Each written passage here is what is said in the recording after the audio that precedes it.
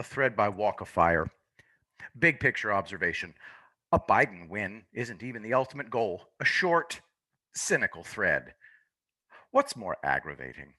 The fraudulent votes or the systematic suppression of any questioning of the election results themselves? Going into the election, many of us didn't wonder if there would be cheating. We wondered if there would be enough cheating to make a difference.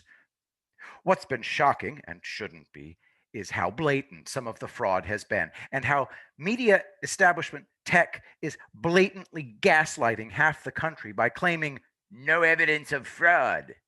The don't believe your lying eyes gaslighting isn't new. In Texas, anyone who looks around knows that we are nowhere near 50% Democratic voters. Yet that's what we've been told the last several election cycles. It's jarring, but that's because it isn't true. Same with several other states and the country as a whole. The two political parties are so vastly distinct, the ideologies so completely and diametrically opposed to one another, and yet for more than 20 years we are told that we are within a few percentage points for president.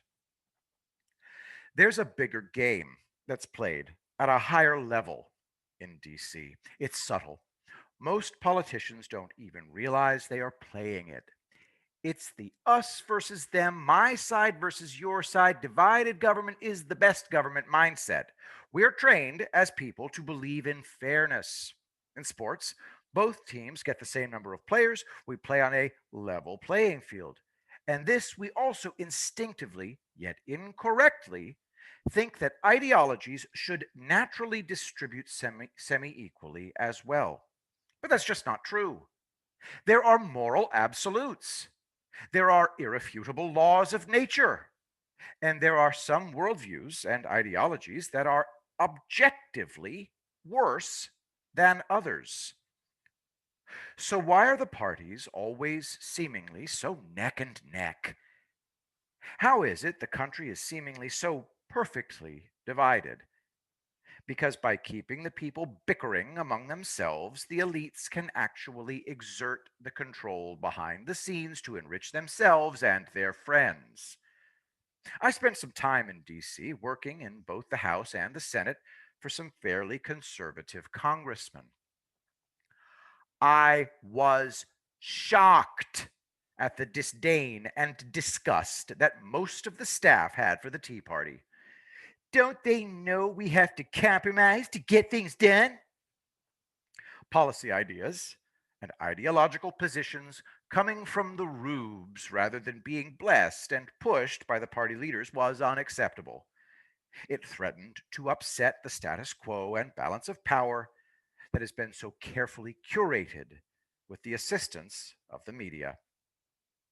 We are told what positions to take in relation to our political parties, and then these positions are subtly reinforced through media manipulation, social bubbles, and politicians' pontifications until we think that those positions were always our own.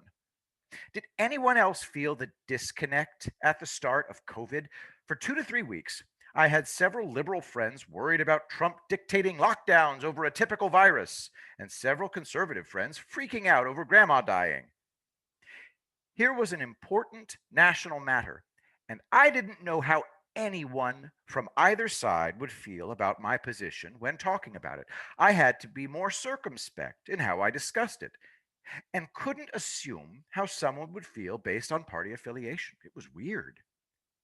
But we were quickly told what each side was supposed to believe, and eventually we all fell in line and began arguing about it as good little Republicans and Democrats are supposed to do. And how did they do it? Not by convincing us that our side was right, but by convincing us the other side was wrong, or more precisely, that the other side didn't care about our own positions or didn't care to even listen. Climate change, helping the poor, racism, Trayvon, hands up, Black Lives Matter, lockdowns, mask mandates, the 2020 election. Those who want to engage, learn, analyze, and come to a conclusion are called skeptics, deniers, racists. This really became clear to me during the Obama years. I don't recall the specific time, but a video was released that showed a cop shoot a black man in the back as he ran away. There was national outrage for a few hours, then nothing. No Obama quip about it, no push for change. It was the Trayvon and Michael Brown incidents where some people asked to see and hear what actually happened before jumping to a conclusion. That became the big stories.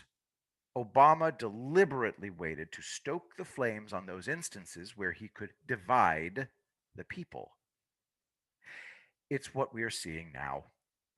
Biden winning was the goal, but doing it in such a way that no matter who comes out on top in the end will leave half the country thinking the president is illegitimate. 4 more years, at least, of infighting among the populace. And it is done with purpose and with the help of mass media, big tech, and other power brokers both in DC and globally. Our side is supposed to see the fraud. Their side is supposed to see a president that refuses to concede. May God have mercy on this country. I will be the greatest president that God ever created.